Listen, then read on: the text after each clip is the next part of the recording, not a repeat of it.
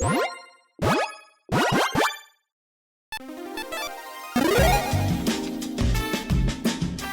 and welcome to the Commander's Quarters. I'm your host, Mitch. Glad to have you here. Here at the Commander's Quarters, we're all about Commander on a budget. Today's episode is going to be a $50 deck tech. When I say $50, I mean that is an overall deck cost. Both shipping and commanders that are $10 or less are going to be included in that cost, but basic lands will not be. Decks on this channel are built to be fun, inexpensive, and focused. If you want to learn more about what a focused commander deck is, check out this video here. On this deck tech, I'm going to take you through its strategy, the tactics, and how this deck wins.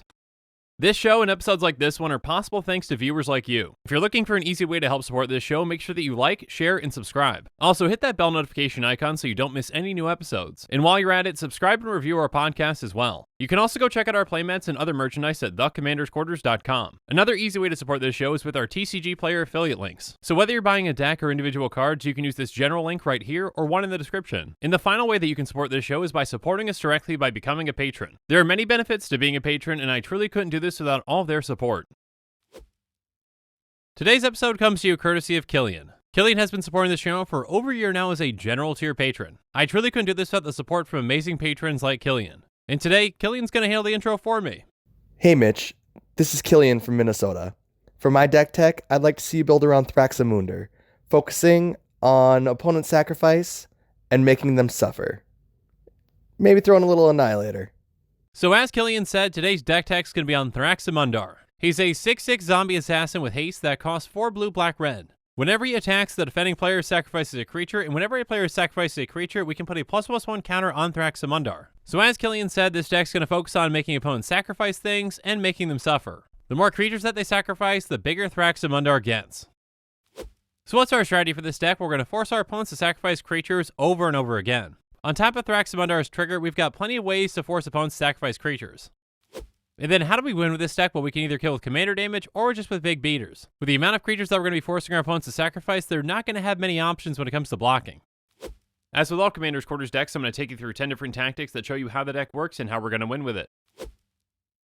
So let's begin with tactic number 1. Let's get it started. First up, there's Wayfarer's Bauble, which we can pay 2 and tap and sacrifice to search our library for a base land and put into play tapped. Next up, we've got 3 mana rocks that each cost 2 and tap for 1. Star Compass might come into play tap, but it can tap for any of our colors depending on our land situation. And then Prismatic Lens can either tap for a colorless, or we can pay 1 and tap it to filter mana. Talisman of Creativity can tap for a colorless, or can tap for blue or red, but it deals 1 damage to us. Next up, we're running all 3 of our signets with Dimir, Rakdos, and Izzet. And then we're running 2 of our lockets with Dimir and Rakdos. Both these can tap for one of their 2 guild's colors, and by paying 4 of their guild's colors into and tapping and sacrificing them, we draw 2 cards. Finally, there's Firebind Vessel, which does cost 4 and comes into play tap, but we can tap to add 2 mana of different colors. Now, like I said, Thraxamundar is a great way to force our opponents to sacrifice creatures, but we've got other ways too. And because we've also got some ways to force everyone to sacrifice a creature, including ourselves, we need some other creatures as well.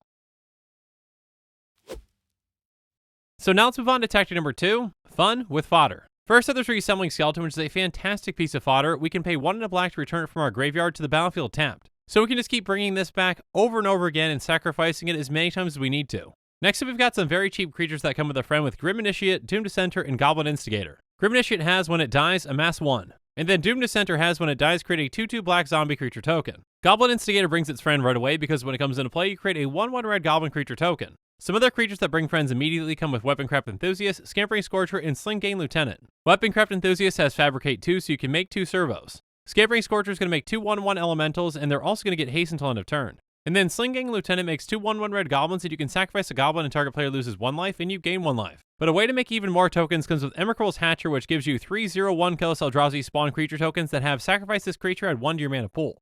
And finally, perhaps the biggest way, comes with Endrick Sar. He has whenever you cast a creature spell, put X 1/1 black Thrall creature tokens onto the battlefield where X is that spell's conferred mana cost, but when you control 7 or more Thralls, sacrifice Endrick Sar. If you're set up correctly, you can keep sacrificing some Thralls to keep Endrick on the battlefield as long as you can. But outside of these token makers, we've also got some other cards that can help too.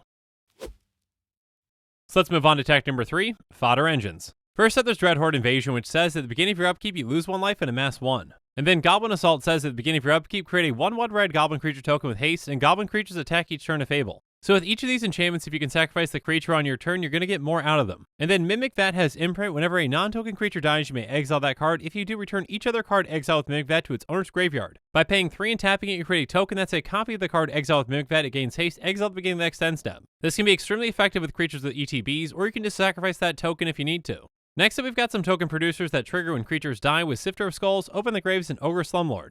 Sifter of Skulls says whenever another non-token creature you control dies, put a 1/1 colorless Eldrazi Scion creature token onto the battlefield. It has sacrifice this creature, add colors to your mana pool. And then Open the Graves has whenever a non-token creature you control dies, create a 2/2 black zombie creature token. But Ogre Slumlord is perhaps the best of these because it counts your opponent's creatures too. It says whenever another non-token creature dies, you may put a 1/1 black rat creature token onto the battlefield, and rats you control have Death Touch. So basically, the more creatures that you force your opponents to sacrifice, the more creatures you get. Now, as good as this card is in this deck, it's still not quite as good as the Golden Pig. The Golden Pig is going to be the #1 card out of our 99, and the Golden Pig for this deck is Grave Betrayal. It's an enchantment for 5 black, and it says whenever a creature you don't control dies, return to the battlefield under your control with an additional +1/+1 counter on it. At the beginning of the next end step, that creature is a black zombie addition to its other colors and types. So basically, if you kill your opponent's creatures, you get them and they get bigger. With a deck that's looking to force your opponents to sacrifice as many creatures as possible, this can get really out of hand really quickly. The more creatures that you get, the quicker you take over the game and the quicker you finish everyone else off. The amount of value that this gives you for doing stuff that you already want to do is absolutely absurd, and that's why it's the Golden Pig.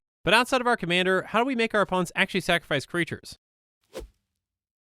Let's go over some ways in tactic number 4, equal treatment. First up, we've got 3 creatures that essentially do the exact same thing with Fleshbag Marauder, Merciless Executioner, and Slum Reaper. They have when they come into play, each player sacrifices a creature. But with this deck, they're not only going to take out creatures, but they're also going to essentially give our commander 4 +1/+1 counters. But perhaps an even better version of these is Plaguecrafter. It has when it enters the battlefield, each player sacrifices a creature or planeswalker, but each player who can't discards a card. So it does give them somewhat of an option because they can choose creature or planeswalker, but they're going to get hurt no matter what happens. And finally, we've got 2 sorceries that can help out with Innocent Blood and Barteran Blood. Innocent Blood makes each player sacrifice 1 creature, and Barteran Blood makes everyone sacrifice 2. Even simple spells like these can really swing the game into our favor, even though they also affect us. But what about some more targeted sacrifice effects, or ones that don't affect us?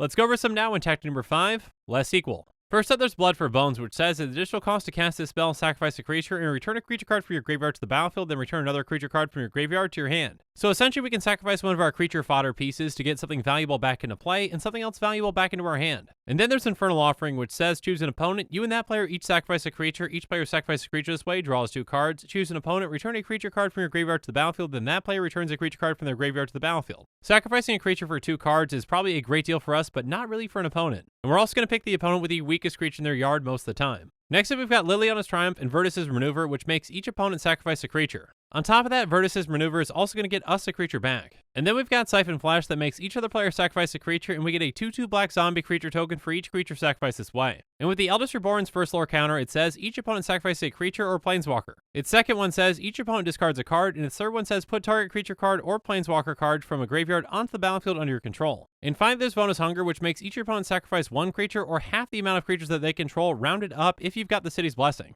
Now, these one-off sacrifice effects can be very powerful in this deck, but we've also got some repeatable effects as well. So now let's move on to tactic number 6, keep them off. First up, there's Kawan Ogre Ascendant, which has at the end of the turn, if 3 or more creatures were put into graveyards from play this turn, flip Kawan Ogre Ascendant. It flips into Kawan's Essence, which says at the beginning of each player's upkeep, that player sacrifices a creature. So once we flip it, it can be a very destructive card against our opponents. One that doesn't have to flip, though, is Call to the Grave. It says at the beginning of each player's upkeep, that player sacrifices a non-zombie creature. At the beginning of the end step, if no creatures on the battlefield, sacrifice Call to the Grave. Luckily for us, our commander is a zombie, so that comes in huge for this. And finally, there's Archfiend of Depravity, which says at the beginning of each opponent's end step, that player chooses up to 2 creatures they control, then sacrifices the rest. This is a fantastic way to keep our opponent's boards low and under control. But what are some ways for us to protect our own things? Let's go over some ways to help with that in tactic number 7, keep them on. First up, there's Supernatural Stamina, which says until end of turn, target creature gets +2/+0 and gains when this creature dies, returns to the battlefield tapped under its owner's control. This can be a great way for us to get an ETB again, or just a great way for us to save our commander too. And then there's Marchese of the Black Rose, which has Dethrone, and other creatures you control have Dethrone. And whenever a creature you control with a +1/+1 counter on it dies, return that card to the battlefield under your control at the beginning of the next end step. With this in play, it's going to be very hard for opponents to get rid of our creatures, especially our commander. But it might be even harder for them to get rid of our commander if we've got Cauldron of Souls. By tapping it, we can choose any number of target creatures, and each of those creatures gains persist until end of turn. So when that creature dies, if it had no -1/-1 counters on it, it comes back into the battlefield under its owner's control with a -1/-1 counter on it. It's very easy for us to get a +1/+1 counter on our commander, so we can remove that -1/-1 counter immediately. And finally, there's Whispersoul Cloak, which says equipped creature can't be blocked, and it has Shroud. This is a fantastic way to get our commander through and to protect him too. But how are we actually going to get to all these great cards? Let's go through some ways now in tactic number 8, digging down. First up, there's Altar's Reap, which says the additional cost to cast it, sacrifice a creature, and draw 2 cards. Costly Plunder does the exact same thing, but we can sacrifice an artifact instead. And then Read the Bones is a great draw spell. It says scry 2, draw 2 cards, and lose 2 life. Next up, there's Factor Fiction, which says reveal the top 5 cards of your library. An opponent separates those cards into 2 piles, put 1 pile into your hand and the other into your graveyard. And then Pull from Tomorrow is a great X draw spell. It says draw X cards and then discard a card. Read the Runes can actually be a great X draw spell for this deck in particular. It says draw X cards and then for each card drawn this way, discard a card unless you sacrifice a permanent. We've got a lot of sacrifice fodder in this deck, and we usually want to sacrifice them anyways. We've also got some creatures that can help us out too with Indulgent Tormentor, Smothering Abomination, and Harvester of Souls. Indulgent Tormentor says at the beginning of your upkeep, draw a card unless target opponent sacrifices a creature or pays 3 life. Smothering Abomination says at the beginning of your upkeep, sacrifice a creature, and whenever you sacrifice a creature, draw a card. And then Harvester of Souls says whenever another non-token creature dies, you may draw a card. This can provide us a ton of value throughout the game, especially because it counts our opponent's creatures. And finally, we're going to be running Diabolic Tutor in case we need to tutor for a specific card. But now that we've talked about doing what we want to do, what are some ways that we can stop our opponents from doing what they want to do? Let's cover those ways now in tactic number 9, Not Now. First up, there's Aether Gale, which says return 6 target non-land permanents to the owner's hands. This is actually a very flexible card. First off, it can deal with our opponent's problematic permanents. But on top of that, we can choose to bounce something back to our hand that might have an ETB that we can use. Anyways, we've also got some counterspells with Negate and Unwind. Both are going to counter target non-creature spell, but Unwind also lets us untap 3 lands. Now, all this is great, but I think we're missing one thing that Killian mentioned. So let's find out what that is in tactic number 10, Annihilation. So with this deck, we're going to be running some creatures with Annihilator with Hand of Emrakul, Ulamog's Crusher, and Artisan of Kozilek. Hand of Emrakul has Annihilator 1, so whenever this creature attacks, the defending player sacrifices a permanent. And then Ulamog's Crusher and Artisan of Kozilek both have Annihilator 2, so they have to sacrifice 2. These are absolutely brutal cards to play against, but they're extremely effective with this stack. Again, a huge thanks to Killian for choosing Thraximundar. I had a blast building the stack. And if you want to support this channel and want your own deck dedicated to you, consider becoming a patron. But now that we've gone through the spells in this deck, let's go on to the mana base. First up, we're running Evolving Wilds and Terramorphic Expanse, both of which you can tap and sacrifice to get a basic land into play tapped. Next up, we've got 5 lands that come into play tapped that can tap for either a black or red mana. And then we've got 4 lands that come into play tapped that can tap for either a blue or black mana. Next up, we're running our 3 Vivid lands with Vivid Marsh, Vivid Creek, and Vivid Crag. And then there's Crumbling Necropolis, which comes into play tapped and taps for any of our colors. And finally, we're running 21 basic lands. 13 of those are going to be a swamp, 4 will be an island, and 4 will be a mountain. And now that we've gone through every single card in this deck, let's do a quick price check. A quick reminder that our deck costs are calculated using TCG Player Optimization, optimizing with even heavily played and damaged cards because those cards need a home too. The average Thraximundar EDH Rec deck will set you back $305.71. Our deck is going to be much more affordable, coming in at $49.14. Again, the price of this deck is the price that I got for it on the day that I'm recording. If you want to see a breakdown of this deck's cost, check out the link in the description. Keep in mind that prices can and will fluctuate and change over time. But with these deck costs, I want to be as transparent as I possibly can. Again, Commander's Quarters decks are about to be tuned and focused within their budget, but there are always ways that we can improve on them. So let's go through some reasonable upgrades now to see what some of those ways just might be. First up, let's add in Talisman of Indulgence by taking out Rakdos Locket. Next up, let's add in Talisman of Dominance by taking out Dimir Locket. And then we're adding in Gilded Lotus by taking out Star Compass. Next up, let's add in It That Betrays by taking out Indulgent Tormentor. And then let's add in Defiler of Souls by taking out Liliana's Triumph. Finally, let's add in Dictate of Erebos by taking out Kawan Ogre Ascendant. And now it's my turn to hear from you. So in the comments below, let me know what you think about this deck and what you think about the Commander in general. And make sure you're following us on social media for more updates and sneak peeks on future episodes. Again, a huge thank you to my patrons who help make this show possible. I truly couldn't do any of this without your support. If you want to support this channel directly, consider becoming a patron. There are many benefits to being a patron, including being able to vote on future commanders for deck techs. There are even tiers where you get your own personalized deck tech dedicated to you. You can check out all the Patreon tiers and rewards at patreon.com/commandersquarters.